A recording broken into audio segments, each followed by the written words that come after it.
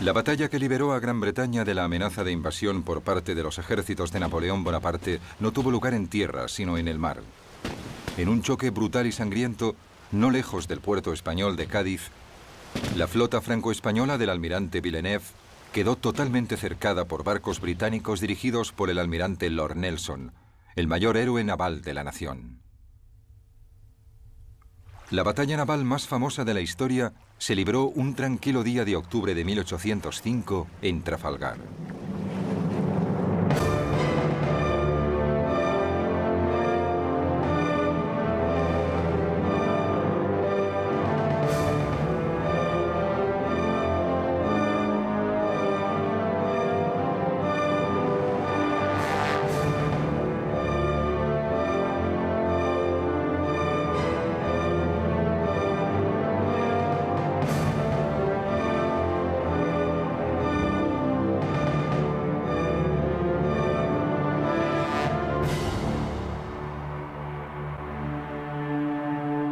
Trafalgar.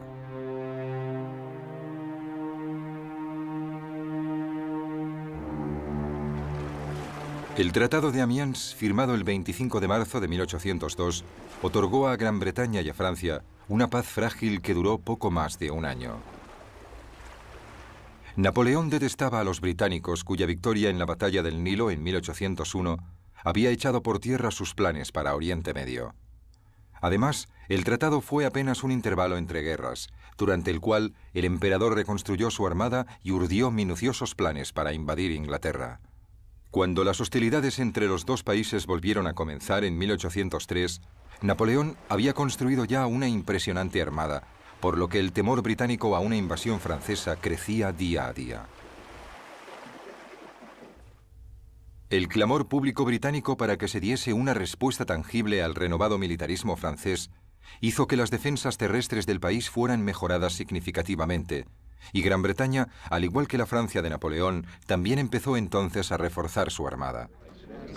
En 1803 se unieron a ella otros 20.000 hombres, muchos de ellos reclutados obligatoriamente en la marina mercante, y en un frenesí constructor se botaron 80 nuevos barcos de guerra en un período de apenas 12 meses. Aunque no se hubiera producido este rápido aumento de su flota, a principios del siglo XIX Gran Bretaña ya poseía la armada más profesional del mundo, formada por marinos experimentados y disciplinados, ejercitados por un entrenamiento de primer orden que los convertía en una formidable fuerza de combate. Hay varias maneras de juzgar la eficacia de una armada. Y creo que deberíamos empezar por echar un vistazo a los oficiales. Los oficiales de la Marina Real se conocían entre ellos desde hacía mucho tiempo. En realidad, habían empezado juntos como aspirantes a oficiales a los 10, 11 o 12 años de edad.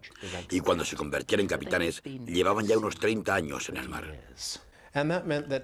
Eso quería decir que había un cuerpo de oficiales con una gran experiencia como marinos y mucha habilidad con la artillería. Los franceses, por el contrario, acababan de pasar por una revolución y casi todos sus aristócratas habían sido guillotinados. Y la Marina Real francesa anterior a la revolución había sido una organización muy aristocrática. Todos los que tenían alguna vinculación con la nobleza habían huido del país para evitar ser guillotinados o sufrir cualquier otro de los castigos a los que se sometía a los representantes del antiguo régimen, como se denominaba. El almirante Villeneuve, como sus oficiales superiores, pertenecían al segundo o incluso al tercer nivel de comandantes navales franceses. Y esto, que en lo más alto de la jerarquía no era bueno, se repetía en todos los estratos hasta el más bajo. Las tácticas navales bélicas británicas y francesas eran muy distintas. Las francesas durante la batalla solían ser defensivas, para limitar el daño que se pudiera infligir a sus barcos e incrementar sus posibilidades de huida, en lugar de luchar por una victoria decisiva. Cuando los franceses se dieron cuenta de que no podían medirse en combate con la Marina Real, decidieron intentar inmovilizar a los barcos británicos. En el momento del ataque, un artillero francés disparaba mientras el barco se aproximaba lo que significaba que dicho artillero disparaba contra las jarcias enemigas.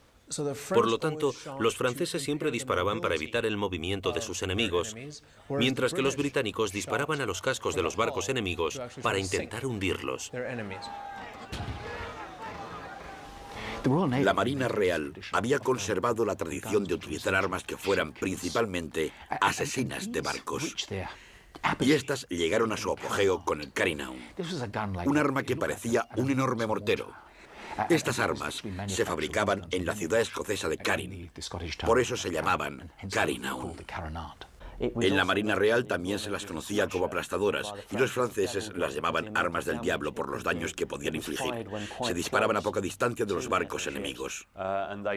Y disparaban proyectiles de 30 kilos.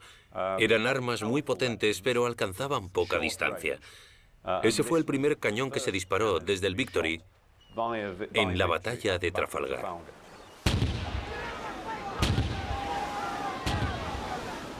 De las variadas tácticas que se utilizaban para causar daños en los barcos enemigos y matar a los que iban a bordo, barrer un barco era la más efectiva. Para conseguirlo, un buque debía pasar junto a la popa de su oponente, desde donde podía lanzar los proyectiles de sus cañones de popa a proa. Eso permitía concentrar la potencia de todo el lado contra la zona más débil del barco enemigo. Así evitaban que el enemigo maximizara su potencia de fuego mientras se maximizaba la propia. Cualquier objetivo del barco que se pudiera alcanzar, se alcanzaba. Si estás disparando a través de la popa del barco, puedes darle a cualquier parte del barco. Puedes darle a los 3 mástiles si lo deseas. Cuando no era posible llevar a cabo las complicadas maniobras que se necesitaban para barrer un barco durante el fragor de la batalla, los buques luchaban costado con costado, con las bordas casi tocándose y los cañones disparando a bocajarro contra el enemigo. El combate costado con costado, que se había convertido en la manera más común de atacar un barco enemigo, había evolucionado desde el siglo XVI. Principalmente lo que se solía hacer era ponerse en paralelo al navío adversario y disparar con los cañones. La desventaja de luchar costado con costado era que se tardaba mucho tiempo en tener algún efecto sobre el buque atacado. Era totalmente increíble la cantidad de impactos que un barco de 3 gruesas cubiertas de madera de teca y un casco fabricado también con teca podía llegar a soportar. Cuando Nelson escribió en su famoso memorándum antes de la batalla de Trafalgar que ningún capitán puede equivocarse mucho si coloca su buque junto al del enemigo, hablaba por experiencia. Había visto los efectos de un ataque costado con costado lanzado contra el interior estrecho de las cubiertas de armas de un buque de guerra. El efecto del fuego disparado desde otros buques al costado de un barco lo que producía era romper la madera del lugar del impacto en enormes y peligrosas astillas que volaban en todas direcciones por las cubiertas de armas inferiores, causando un caos absoluto y graves heridas a los hombres. A menudo provocaban la muerte, pero más frecuentemente infligían importantes mutilaciones. Los artilleros ingleses eran más rápidos en la tarea de cargar sus armas que los de la Marina francesa, principalmente por su nivel de formación. Además, tenían mejor puntería que sus homólogos franceses. Todos los cañones se cargaban por su boca, pero los artilleros disponían de diferentes tipos de munición, según el objetivo que intentaran alcanzar. Los proyectiles redondos y sólidos se disparaban para causar daños estructurales. Los proyectiles de barra, que eran 2 balas de cañón unidas por una barra de acero, se lanzaban girando por el aire para atacar los mástiles.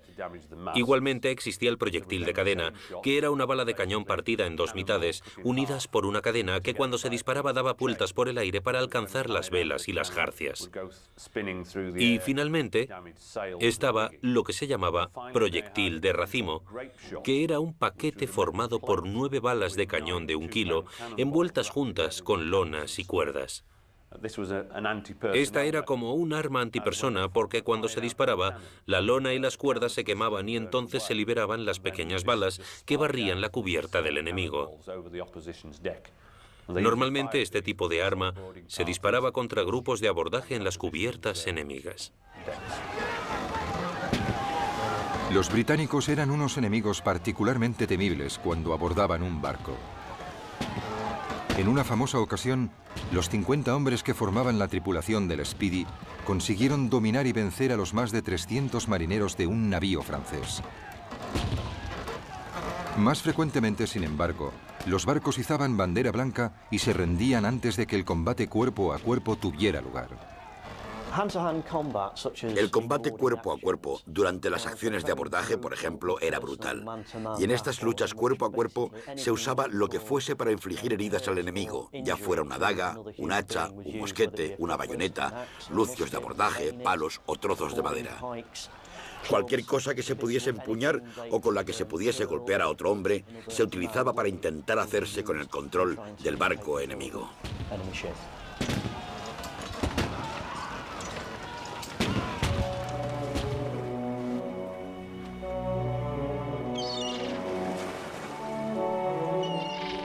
Las tácticas generales de combate entre flotas durante la época de la navegación a vela estaban dictadas por consideraciones prácticas. El hecho de que las armas y los cañones se instalasen principalmente a los costados del barco significaba que no podían avanzar y al mismo tiempo disparar al enemigo. Los navíos luchaban a menudo en línea, costado con costado, como en las batallas de Copenhague y del Nilo de 1801.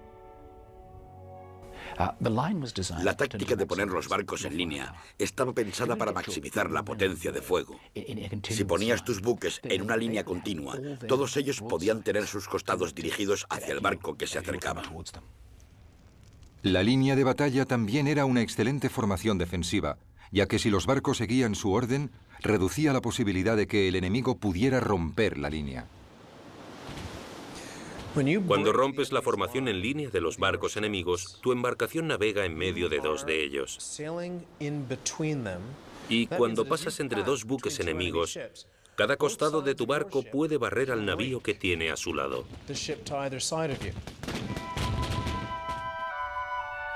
Desde 1803, Napoleón había estado reuniendo a sus ejércitos en Boulogne, esperando el momento adecuado para atacar Inglaterra. Pero habían transcurrido ya 2 años y la ocasión aún no había llegado, por lo que los campamentos se habían convertido en poblados semipermanentes. Uno de los problemas de tener una flota inactiva es que la tripulación va perdiendo sus capacidades marinas y bélicas. Entrenarse en un puerto no puede compararse a un entrenamiento en alta mar. No hay modo alguno de compararlos. Otro de los problemas de estar en puerto continuamente es que se producirán deserciones. La tripulación se marchará a tierra firme o decidirá que está hastiada y que quiere irse. A otros les complacerá estar en puerto. Empezarán a relacionarse con la gente de la ciudad y se emborracharán. Generalmente se volverán descuidados, gordos y muy perezosos. Hay que comparar el estado de los franceses y de los españoles en el puerto de Cádiz con el de los miembros de la Marina Real Británica, tras 22 meses de incansable entrenamiento en sus buques hostigados por las tormentas. Con cada semana que transcurría, Napoleón se iba impacientando más, porque sus planes se veían obstaculizados y frustrados por Sir William Cornwallis, cuyos buques bloqueaban todos los puertos entre Brest y el Ferrol.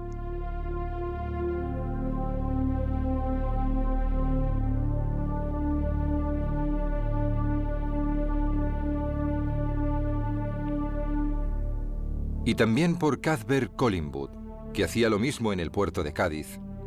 Y además, la flota británica estaba bajo el mando de un hombre que llevaba mucho tiempo siendo la piedra en el zapato del emperador, Horatio Nelson. Horatio Nelson era, sin la menor duda, el mayor héroe que habían dado las islas británicas durante las largas y difíciles guerras napoleónicas. Quizá su mejor cualidad fuera la manera en que inspiraba a todo el mundo, desde sus vicealmirantes y sus capitanes a los marineros rasos y soldados, haciéndoles sentir que formaban parte de una hermandad muy exclusiva. Velaba por sus hombres, así que estos tenían muy buen concepto de él. Los subordinados de Nelson le adoraban. Y una de las cosas más sorprendentes sobre este almirante es que sus subordinados temían decepcionarle. No querían hacer nada que provocara en él una mala opinión sobre ellos. Y esa clase de lealtad solo se consigue mediante un liderazgo impresionante. Nelson era un jugador, como Bonaparte, y corría riesgos sorprendentes. En la batalla del Nilo, por ejemplo, ningún hombre en su sano juicio habría hecho lo que él hizo.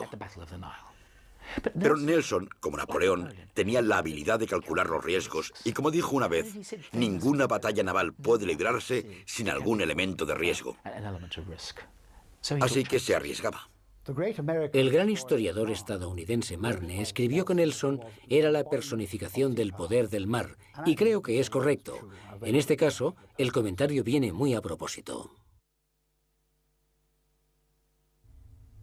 Tras meses de negociación y no pocas amenazas, Francia y España firmaron un acuerdo formal en diciembre de 1804 que condujo a España a la guerra junto al bando de Francia. Con esta fuerza adicional, los franceses tramaron un plan para llevar lejos a la flota británica, hasta el Caribe, dándole de esta forma a los ejércitos de Napoleón tiempo suficiente para cruzar el canal y empezar la invasión de Inglaterra. Se propuso que Villeneuve zarpara hacia las Antillas, donde se escaparía de Nelson para unirse a las fuerzas de los almirantes Mississi y Gontham.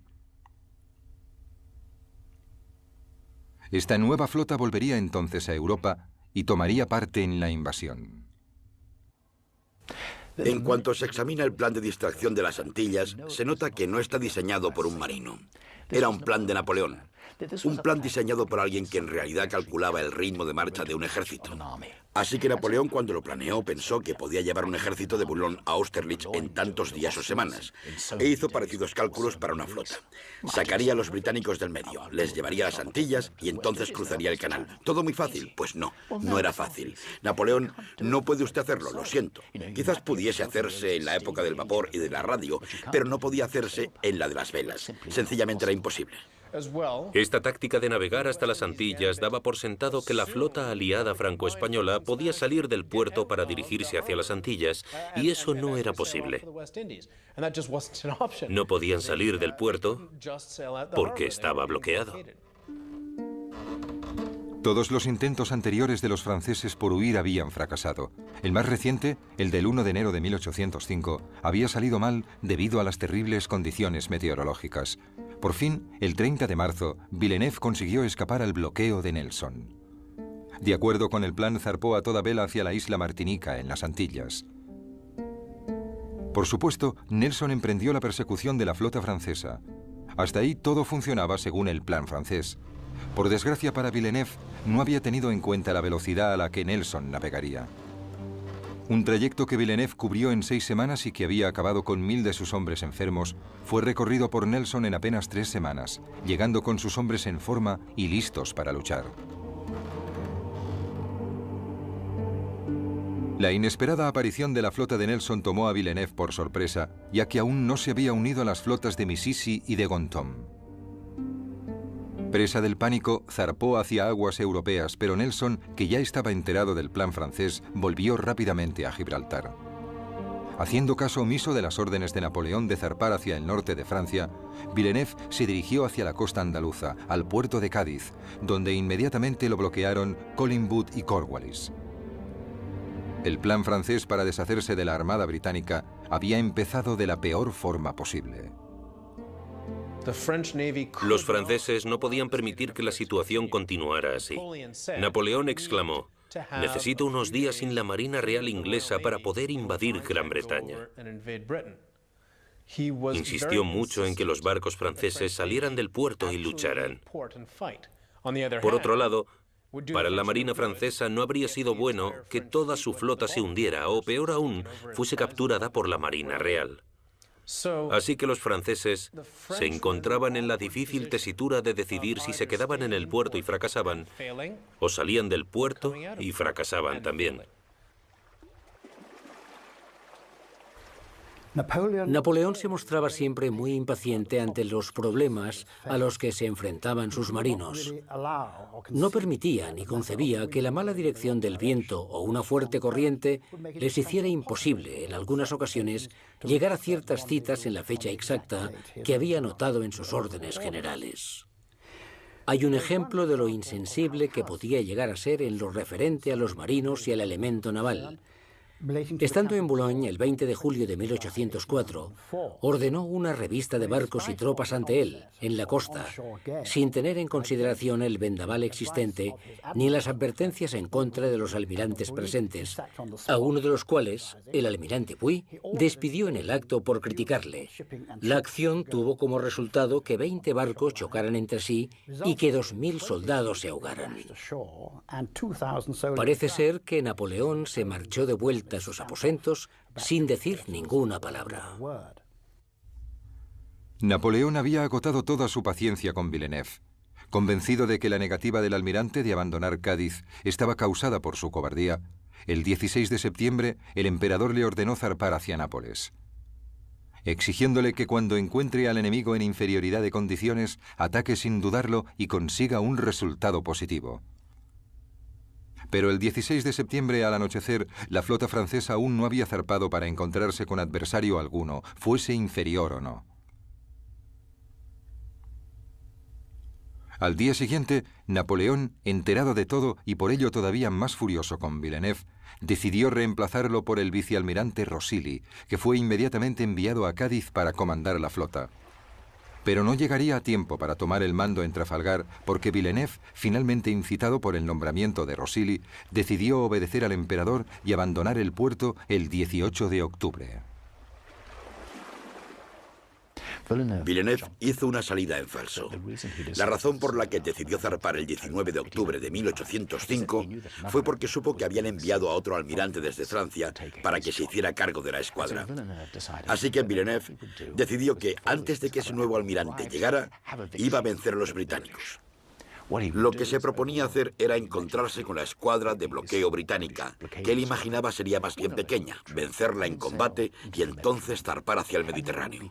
Así podría apuntarse un buen tanto ante Napoleón Bonaparte. Quedaban apenas unas horas para la batalla de Trafalgar.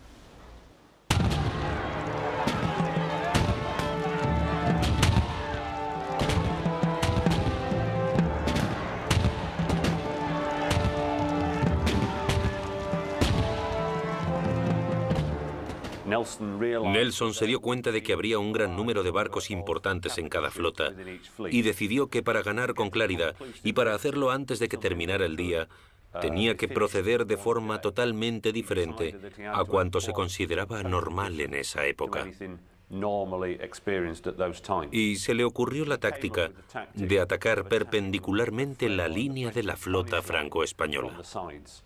Nelson organizó a su flota en dos columnas y se dispuso a dirigirse directamente hacia la línea franco-española. Esto iba en contra de los procedimientos bélicos convencionales. Significaba que durante un tiempo las dos columnas británicas estarían totalmente expuestas a las andanadas de la flota enemiga. Pero también significaba que, si sobrevivían a ello, podrían romper la línea aliada. Iban directos hacia la línea de la escuadra aliada.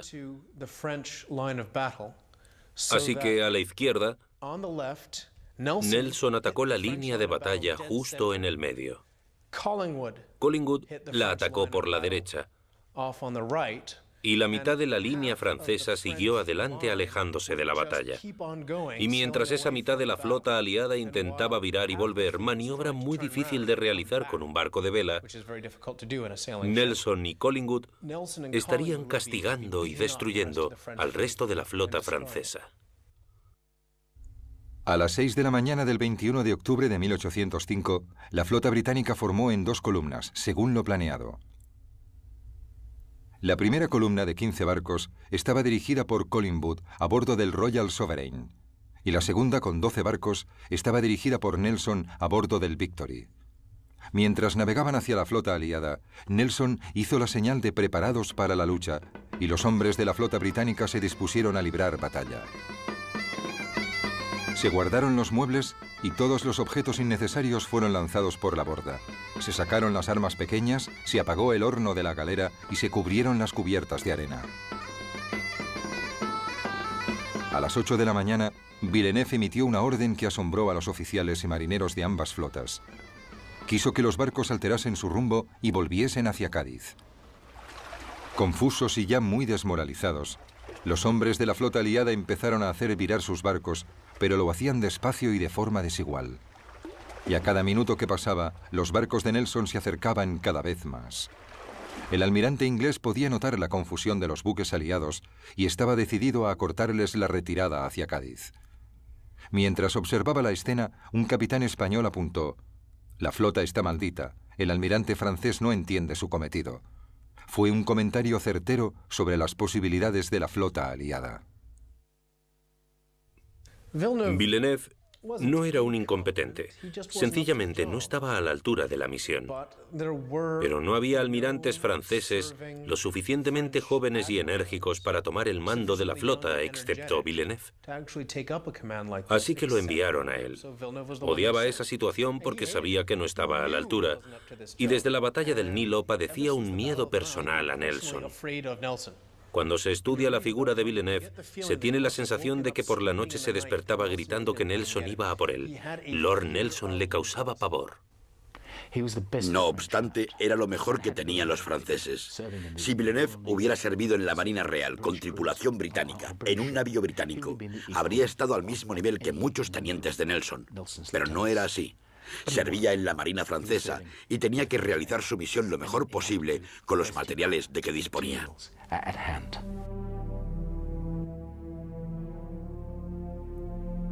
Las dos columnas británicas continuaron acercándose a la frágil línea aliada.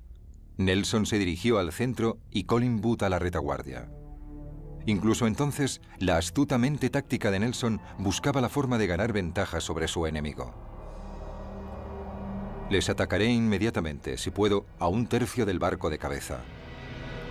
Creo que eso sorprenderá y confundirá al enemigo. Nos llevará a una batalla desordenada, y eso es lo que quiero. Situó al Victory donde quería. El Victory era su buque insignia, así que decidió que sería el que dirigiera su columna, y por ello sería el que se encontraría en la posición más difícil, más precaria y más vulnerable al ataque de la línea aliada. Mientras se aproximaban, el capitán Hardy, el capitán del Victory, le preguntó a Nelson: «¿Por dónde quiere que cruce, señor?». A lo que Nelson respondió: «No me importa, apunte al barco más cercano». A las 11:25, Nelson dio la famosa señal: «Inglaterra espera que cada hombre cumplirá con su deber», que fue recibida con vítores desde los navíos británicos. Parece que esa indicación debía causar una gran emoción en toda la flota, y en algunos barcos así fue, siendo recibida con vítores. Pero en el Royal Sovereign, el comandante Collingwood, el segundo al mando de Nelson, se molestó mucho.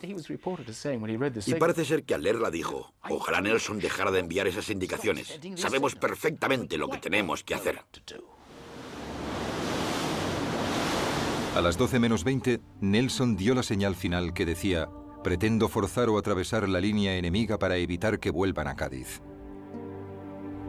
Los hombres del Redoutable entendieron lo que pretendía el almirante y cerraron el espacio que quedaba entre este barco y el Bucentaure, negándole al Victory el espacio que necesitaba para pasar entre los dos navíos franceses. El Victory quedó bajo el fuego de los costados del Redoutable y del Santísima Trinidad. Y como no había llegado aún a la línea, no les pudo devolver los disparos. El Victory sufrió graves daños.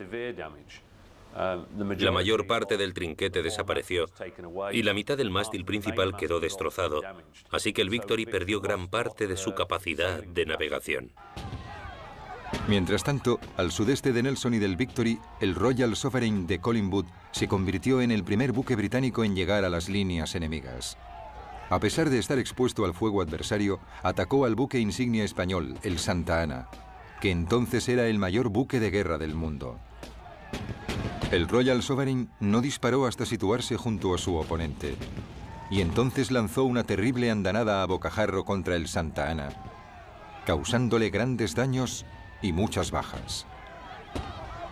Fue un gran éxito para Collingwood y para la flota británica, pero como contrapartida, el Royal Sovereign recibió rápidamente el ataque del San Justo y el San Leandro. Solo la oportuna llegada del Belil del capitán Harwood y del Mars y del Tonan poco después lograron que los barcos aliados se alejaran. El Royal Sovereign continuó su despiadada descarga de artillería contra el buque insignia español hasta que a las 2:15 de la tarde, con los 3 mástiles destrozados, el Santa Ana se rindió a Collingwood. 340 marineros españoles habían muerto o resultado heridos durante el ataque.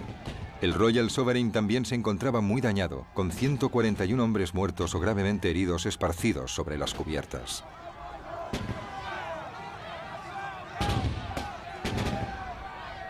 El día de la batalla, el viento era apenas una brisa, lo que significaba que las flotas enemigas solo podían dejarse llevar lentamente la una hacia la otra. Esta falta de viento tuvo un importante efecto en la forma en que se libró la batalla de Trafalgar. Primero estaba la columna de Collingwood, a la derecha, que había entrado en acción y estaba en plena lucha 1 hora antes de que Nelson, en la columna de la izquierda, hubiera empezado a combatir. En realidad, se dejaban llevar por el suave viento hacia la flota enemiga, con escasas posibilidades de controlar su velocidad y su avance. En todo caso, casi todos los barcos habían izado sus velas de batalla, reduciendo velamen antes de lanzarse al ataque. Así que podían hacer muy poco, y esto fue lo que dictó las distintas fases de la batalla. Mientras avanzaba lentamente, el Victory, gravemente dañado, recibía los ataques del Redoutable y del Bucentaure. Y con 50 bajas, aún no podía abrir fuego.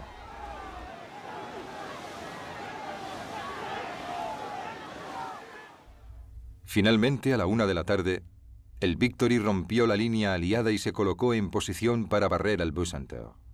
Lo hizo con una eficacia devastadora, dejando al buque francés muy dañado y vomitando un humo denso y negro. Cuando el Victory rompió la línea, lo hizo por la popa del barco francés Bucentaure. Después, la tripulación intentó apartar las velas que habían caído y los mástiles que habían sido derribados y que todavía se hallaban sobre la cubierta. Mientras hacían estas tareas, se iban aproximando al barco que seguían al Bucentaure, el Redoutable. Se acercaron tanto que ambos buques terminaron arrimados el uno al otro, siendo el Victory abordado por un tiempo. Incluso en esta desesperada situación, con los cañones a punto de tocarse, las armas francesas seguían disparando a las jarcias del Victory, mientras el barco británico lanzaba su artillería contra el casco y las cubiertas del buque francés. A la 1:25 se produjo el momento de mayor dramatismo.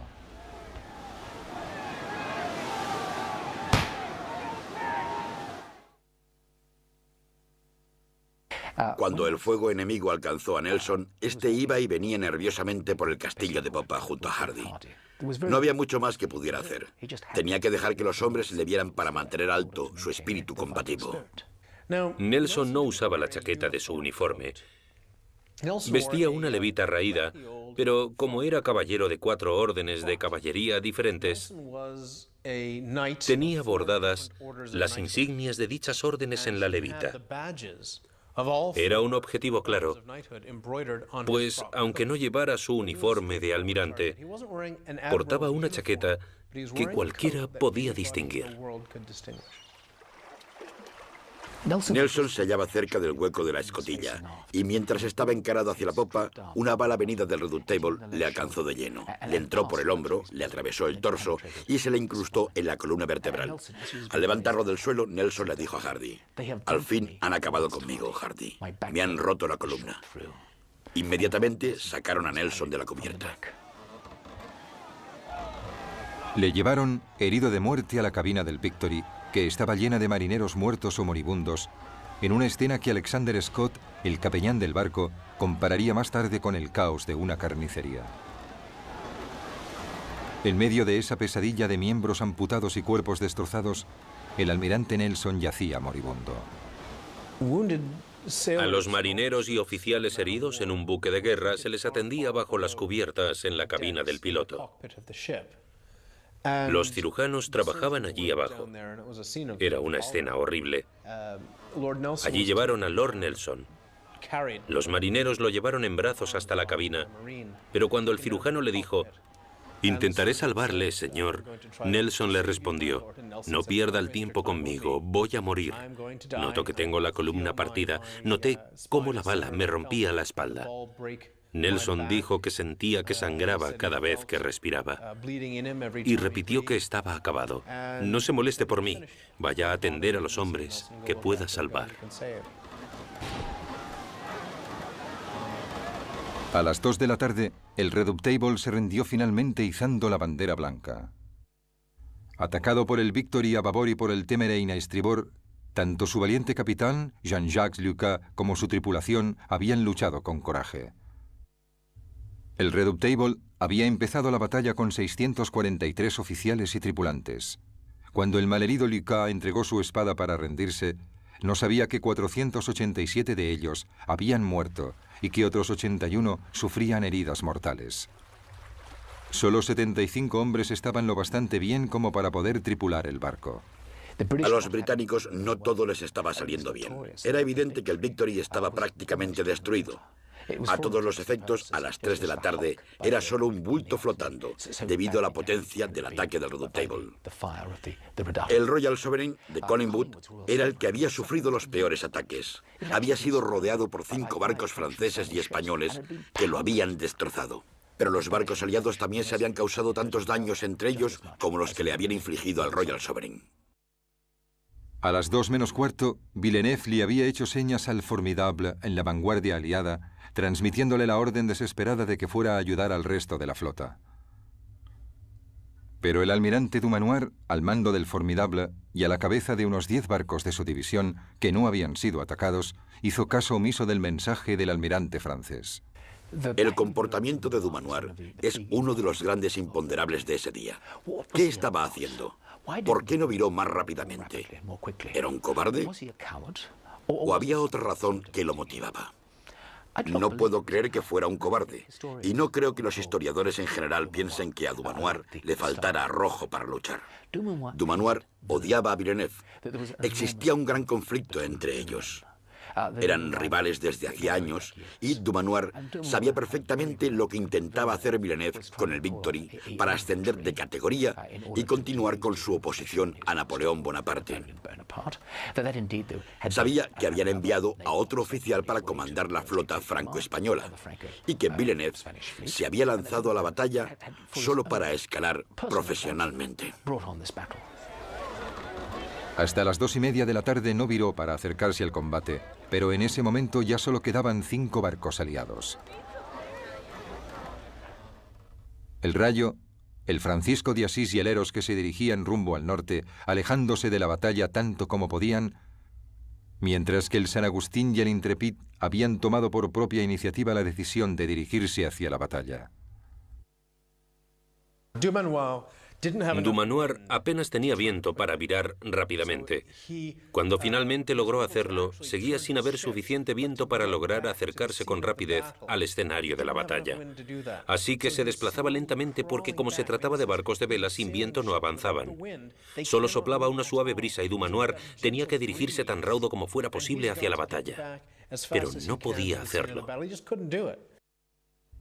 La reducida división de Dumanoir llegó finalmente 3 horas después de que hubiera empezado la lucha. Y no lo hizo con facilidad. El Mont Blanc y el Intrepid consiguieron navegar el uno hacia el otro, mientras que el Neptuno fue atacado por el Minotaur y por el Spearhead, que le disparó hasta que se rindió a las 5:10. A las 3 de la tarde, Dumanoir atacaba al Spearhead y al Minotaur, produciéndose un auténtico caos. Había mucha lucha, muchas balas yendo y viniendo, muchos buques combatiendo, con grupos de abordaje pasando de un barco a otro, y no había manera alguna de saber cómo acabaría la batalla. El propio Dumanoir se llevó los navíos restantes lejos del alcance de la flota británica. A las 4:15 de la tarde, tras sufrir nuevos ataques por parte del Leviathan, el Bucentaure, con Villeneuve a bordo, izó la bandera blanca. Había sufrido tantos daños y pérdidas que apenas un oficial y 5 hombres se rindieron al capitán del Conqueror.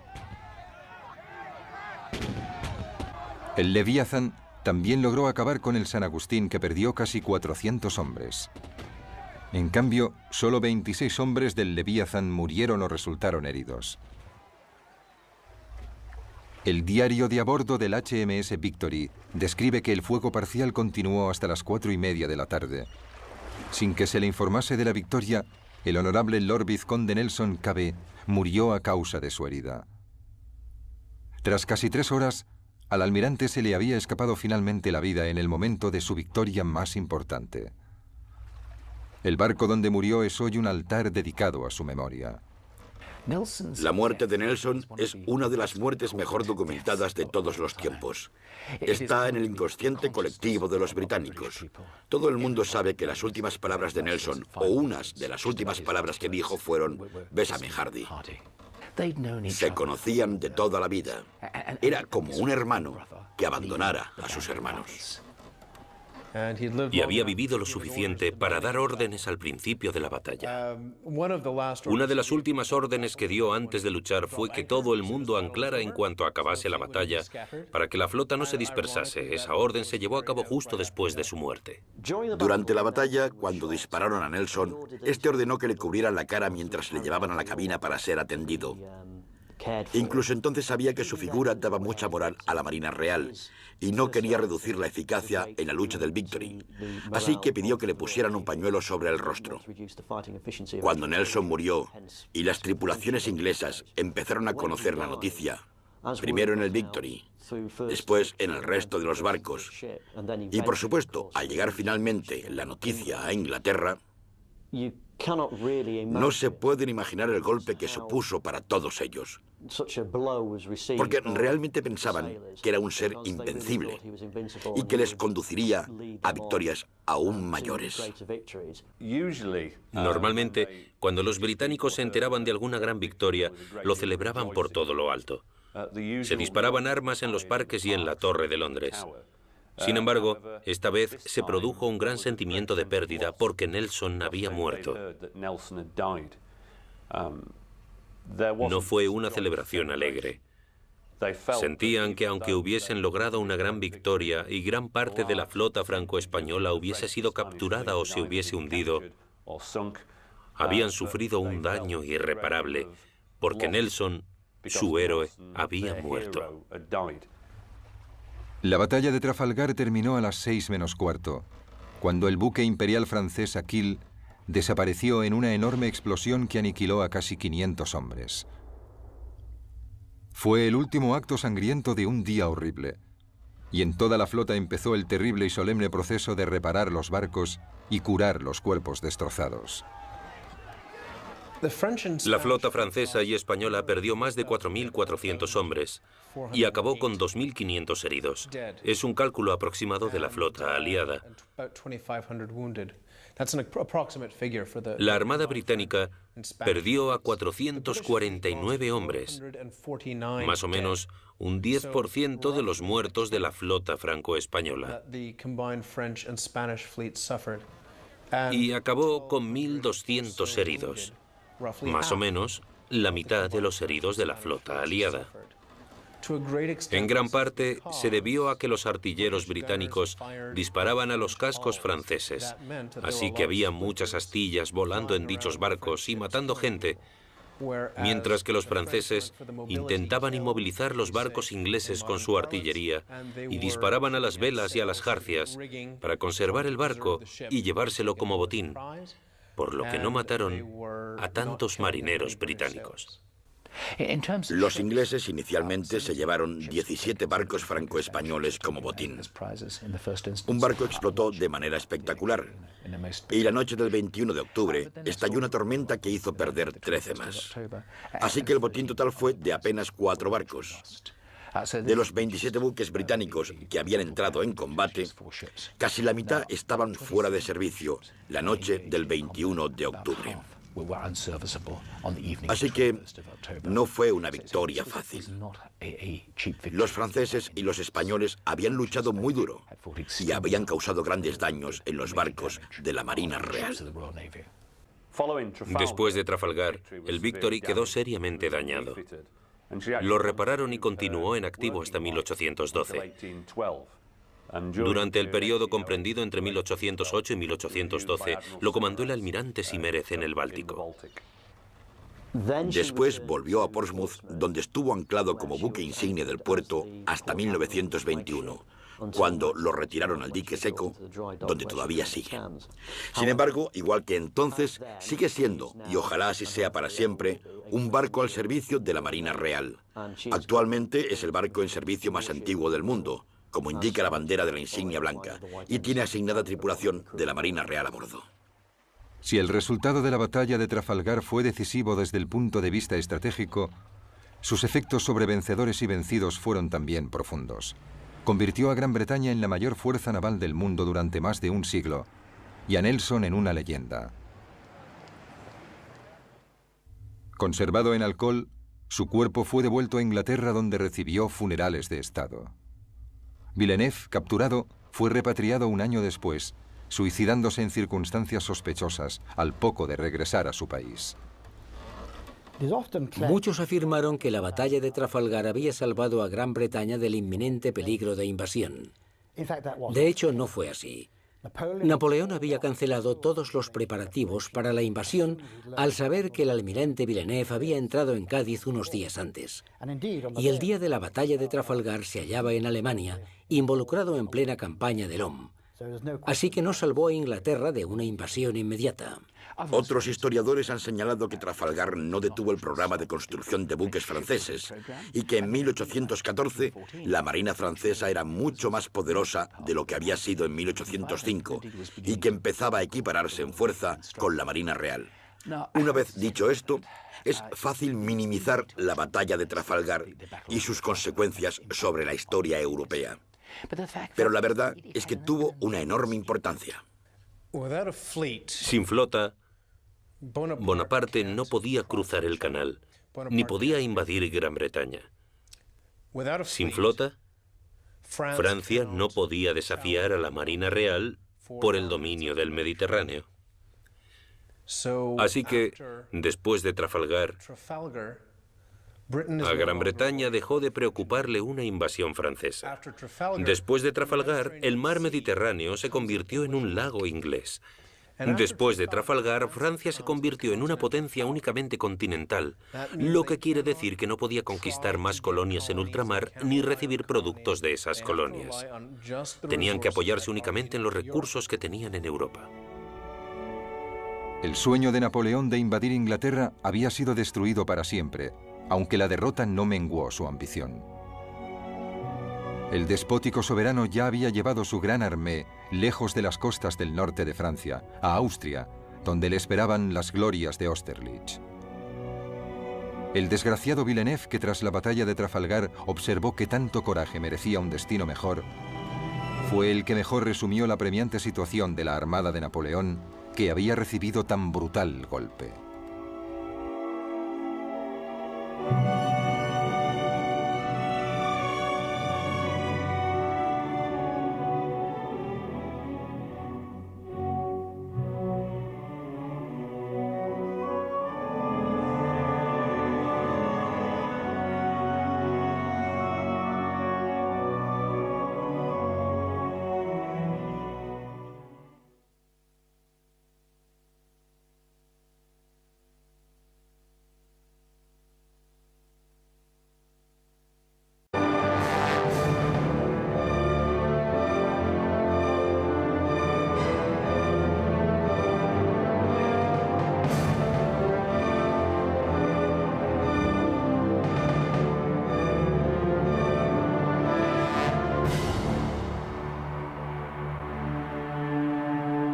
Trafalgar.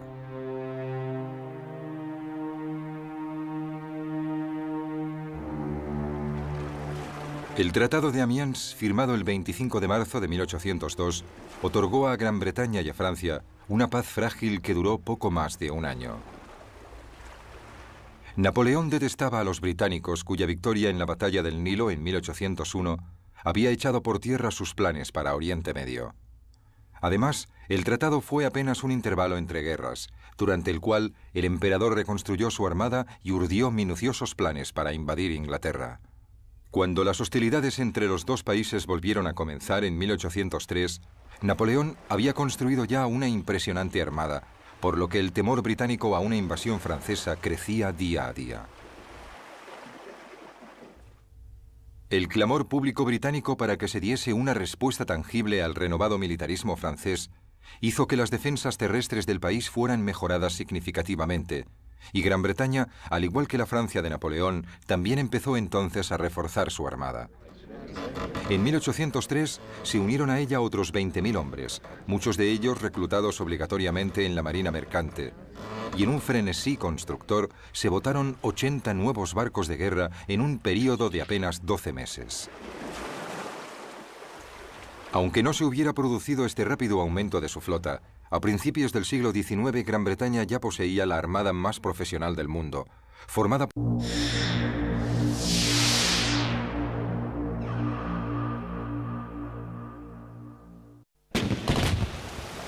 La batalla que liberó a Gran Bretaña de la amenaza de invasión por parte de los ejércitos de Napoleón Bonaparte no tuvo lugar en tierra, sino en el mar. En un choque brutal y sangriento, no lejos del puerto español de Cádiz, la flota franco-española del almirante Villeneuve quedó totalmente cercada por barcos británicos dirigidos por el almirante Lord Nelson, el mayor héroe naval de la nación. La batalla naval más famosa de la historia se libró un tranquilo día de octubre de 1805 en Trafalgar.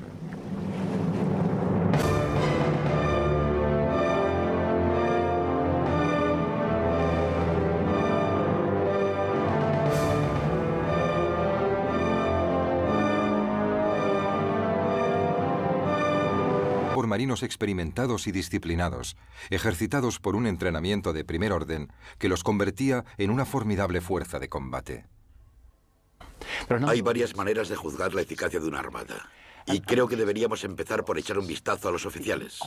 Los oficiales de la Marina Real se conocían entre ellos desde hacía mucho tiempo. En realidad, habían empezado juntos como aspirantes a oficiales a los 10, 11 o 12 años de edad. Y cuando se convertían en capitanes, llevaban ya unos 30 años en el mar. Eso quería decir que había un cuerpo de oficiales con una gran experiencia como marinos y mucha habilidad con la artillería. Los franceses, por el contrario, acababan de pasar por una revolución y casi todos sus aristócratas habían sido guillotinados. Y la Marina Real Francesa anterior a la revolución había sido una organización muy aristocrática. Todos los que tenían alguna vinculación con la nobleza habían huido del país para evitar ser guillotinados o sufrir cualquier otro de los castigos a los que se sometía a los representantes del antiguo régimen, como se denominaba. El almirante Villeneuve, como sus oficiales superiores, pertenecían al segundo o incluso al tercer nivel de comandantes navales franceses. Y esto, que en lo más alto de la jerarquía no era bueno, se repetía en todos los estratos hasta el más bajo. Las tácticas navales bélicas británicas y francesas eran muy distintas. Las francesas durante la batalla solían ser defensivas, para limitar el daño que se pudiera infligir a sus barcos e incrementar sus posibilidades de huida, en lugar de luchar por una victoria decisiva. Cuando los franceses se dieron cuenta de que no podían medirse en combate con la Marina Real, decidieron intentar inmovilizar a los barcos británicos. En el momento del ataque, un artillero francés disparaba mientras el barco